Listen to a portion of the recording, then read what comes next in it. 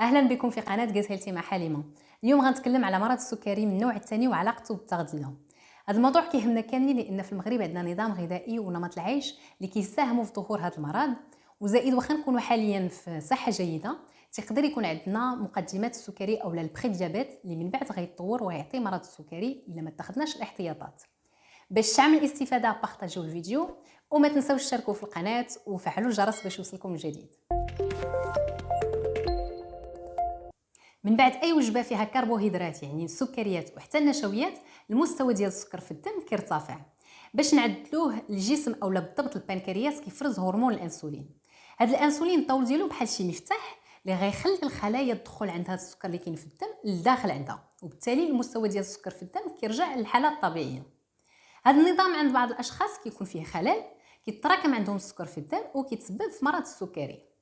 جوج ديال الانواع ديال السكري المعروفين. السكري من النوع الاول هذا مرض معقد اوتو ايمين او مناعاتي، غالبا كيصيب الاطفال والمراهقين، ما غنهضرش عليه اليوم لانه مرض معقد.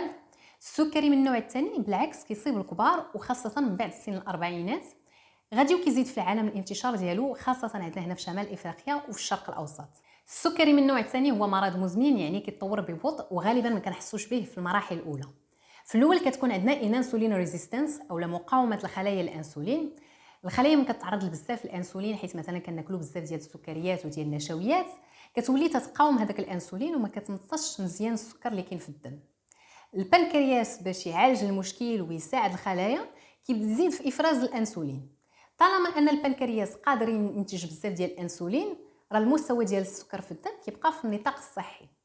ولكن مع الوقت هنا كنوصلوا للمرحله ديال لو بري ديابيت اولا ما قبل السكري، البنكرياس كيبدا يعيا ما كينتجش الانسولين بكميات كافيه، السكر كيبدا يتراكم بشويه في الدم. وفي هذه المرحله ديال البري ديابيت اللي درنا التحليله كتخرج عاليه على المستوى الصحي، ولكن مازال ما وصلش للمستوى اللي كيتشخص به مرض السكري. في هذه المراحل الاولى ديال ما قبل السكري تنقدروا نمنعوا او على الاقل ناجلوا ظهور المرض الا اتخذنا احتياطات. والتغذيه غتلعب دور مهم. التغذيه غتوقينا من السكري، وحتى بالنسبه للناس اللي ديجا فيهم المرض السكري غتحميهم من المضاعفات. خصنا نختاروا نوعيه الاغذيه اللي ما غترفع ليناش بزاف مستوى السكر في الدم، نقصوا من الكميات خاصه اللي كان الوزن ديالنا زائد، وناخذوا الوجبات ناكلوها بانتظام باش نتجنبوا ارتفاع وانخفاض مستوى ديال الانسولين على مدار اليوم. في النظام الغذائي غندخلوا الخضار بحال السبانخ، البروكولي، الدنجال وكاع انواع ديال الخضار، ولكن تجنبوا الخضار النشويه بحال مثلا البطاطا والقرعه لان فيهم بزاف ديال الكربوهيدرات اللي غيرفعوا لنا مستوى السكر في الدم. العصائر ديال الفواكه حتى هي خصنا نقصوها ولا نحبسوها، لان العصائر تتكون فيها مركزه بالسكريات واخا هي سكريات طبيعيه راه غترفع لنا مستوى السكر في الدم. زائد كيكون عندها الانسولين اندكس كبير يعني كتسبب في افراز بزاف ديال الانسولين بحال وحتى بعض الفواكه بحال مثلا البنان اولا الزبيب.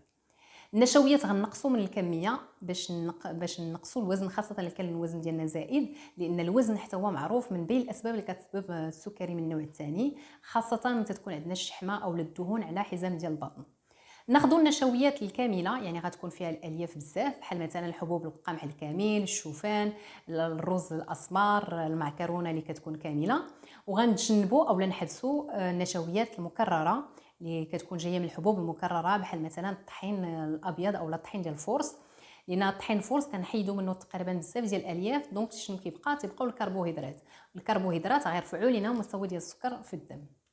الدهنيات ناخذوا دهنيات صحيه بحال مثلا لافوكا دائما كنصح بها لان فيها بزاف ديال الفوائد، والفواكه الجافه هي فيها دهنيات صحيه، ولكن نتجنبوا الدهنيات المشبعه لان الدهنيات المشبعه تقدر تسبب لنا في مشاكل الكوليسترول، والكوليسترول معروف تقدر يتسبب حتى هو في السكري من النوع الثاني. الدهنيات المشبعه فين غنلقاوها يعني شنو هما الاغذيه اللي غنتجنبوا؟ اللحوم الدهنيه الحمراء، الدجاج الجلده ديال الدجاج تيكون فيها حتى هي الدهنيات المشبعه، وحتى في بعض مشتقات الالبان بحال الايس كريم، الكريمات والفرماج او لا الاجبان بصفه عامه. مع هذا النظام الغذائي الصحي نحاولوا نديروا شويه ديال الرياضه 2 سوايع ونص حتى 3 سوايع في السيمانه. نقدروا نديروا مثلا المشي السريع. الرياضه غتمكننا نتحكموا في التوتر لان حتى التوتر تقدر يسبب لنا في السكري من النوع الثاني، وزائد غتساعدنا اننا نفقدوا الوزن خاصه الا كان الوزن ديالنا زائد ونوصلوا للوزن الصحي. باش نعرفوا واش الوزن ديالنا صحي كاين واحد المؤشر كيتسمى الباري ماس اندكس اولا مؤشر كتله الجسم. هذا المؤشر كياخذ بعين الاعتبار الوزن والطول، تقدروا تحسبوه في الانترنت. الا كان المؤشر ديالكم فيه 30 تخصكم لابد تنقصوا الوزن، لان الاحتمال تيكبر الى كل ما كان الوزن ديالنا زائد اننا نصابوا بالسكري من النوع الثاني. احتمال الاصابه بالسكري من النوع الثاني كيزيد ايضا مع السن، يعني من بعد الربعينات خصنا لابد نبداو نديروا التحاليل على الاقل مره في عامين. ولكن هنا الطبيب هو اللي يعرف ينصح كل واحد بالوتيره اللي غتوالمو من خلال الملف الصحي. الا كان عندكم اسئله خليهم في التعليقات. كنشكركم على المشاهده.